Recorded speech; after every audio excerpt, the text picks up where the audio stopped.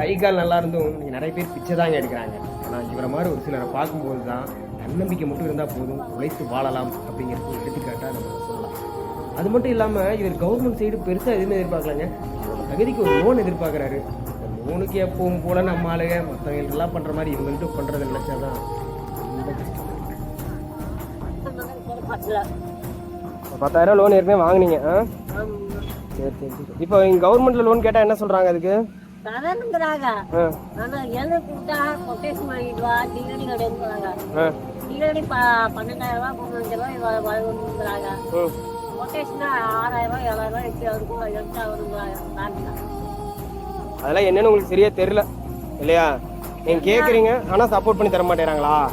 தெரிஞ்சாலும் போய் காசு வேணும்னா அந்த அளவுக்கு எனக்கு காசு இல்லை. காசு இருந்தாதான் வந்து லோன் ஆகுங்கிற மாதிரி பேசுறாங்களா?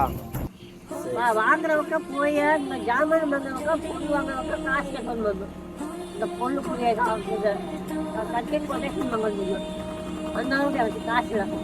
எம்பேருக்கு டிகிரி கிடைக்க சொல்றாங்க. எம்பேருக்கு எப்படி டிகிரி கிடைக்கணும் எனக்கு தெரியல. உங்களுக்கு தெரியல, அது எப்படி பண்றதுன்னு தெரியல, சப்போர்ட் யாரும் பண்ணல. சரி விடுங்க, பாத்துக்கலாம்.